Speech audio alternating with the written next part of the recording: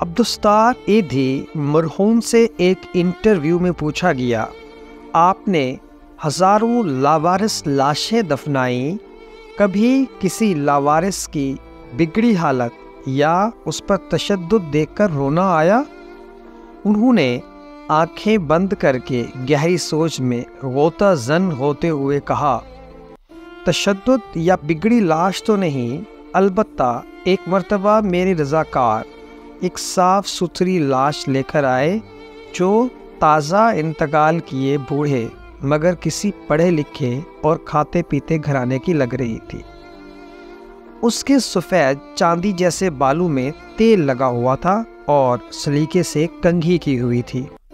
دھوبی کے دھلے ہوئے سفید اجلے کلف لگے سوٹ میں اس کی شخصیت بڑی باوقار لگ رہی تھی، مگر تھی وہ اب صرف ایک لاش۔ ایدھی صاحب پھر کچھ سوچتے ہوئے بولے، ہمارے پاس روزانہ کئی لاشیں لائی جاتی ہیں، مگر ایسی لاش جو اپنے نقش چھوڑ جائے کم ہی آتی ہے۔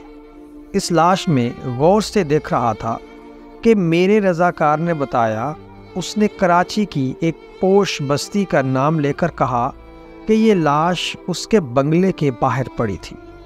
ہم جو ہی بنگلے کے سامنے پہنچے تو ایک گاڑی میں سوار فیملی جو ہمارا ہی انتظار کر رہی تھی، اس میں سے ایک نوجوان برآمد ہوا اور جلد بازی کا مظاہرہ کرتے ہوئے ایک لفافہ ہمیں تھماتے ہوئے بولا، یہ تدفین کے اخراجات ہیں۔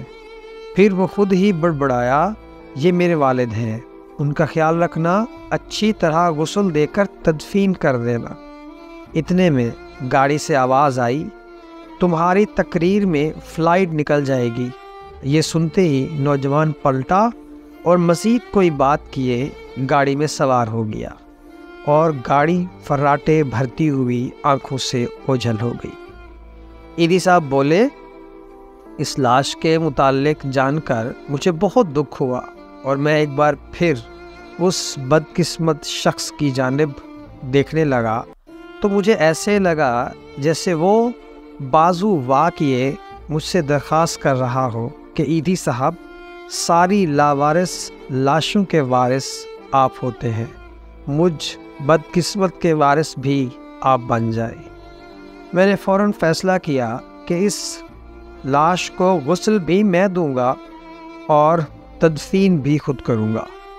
پھر جو ہی غسل دینے لگا تو اس اجلے جسم کو دیکھ کر میں سوچ میں پڑ گیا کہ جو شخص اپنی زندگی میں اس قدر معتبر اور حساس ہوگا، اس نے اپنی اولاد کی پرورش میں کیا ناز و نام نہ اٹھائے ہوں گے، مگر بیٹے کے پاس تدفین کا وقت بھی نہ تھا۔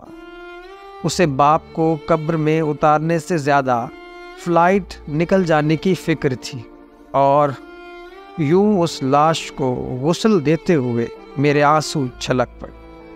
پھر وہ اپنے کندھے پر رکھے کپڑے سے آنسو پوچھتے ہوئے بولے، اس دن میں انسانیت کی ڈوبتی نیا پر رو پڑا، کاش کہ ہم اپنی اولادوں کی عیش و عشرت کی بجائے بہتر تعلیم و تربیت پر زیادہ توجہ دیں۔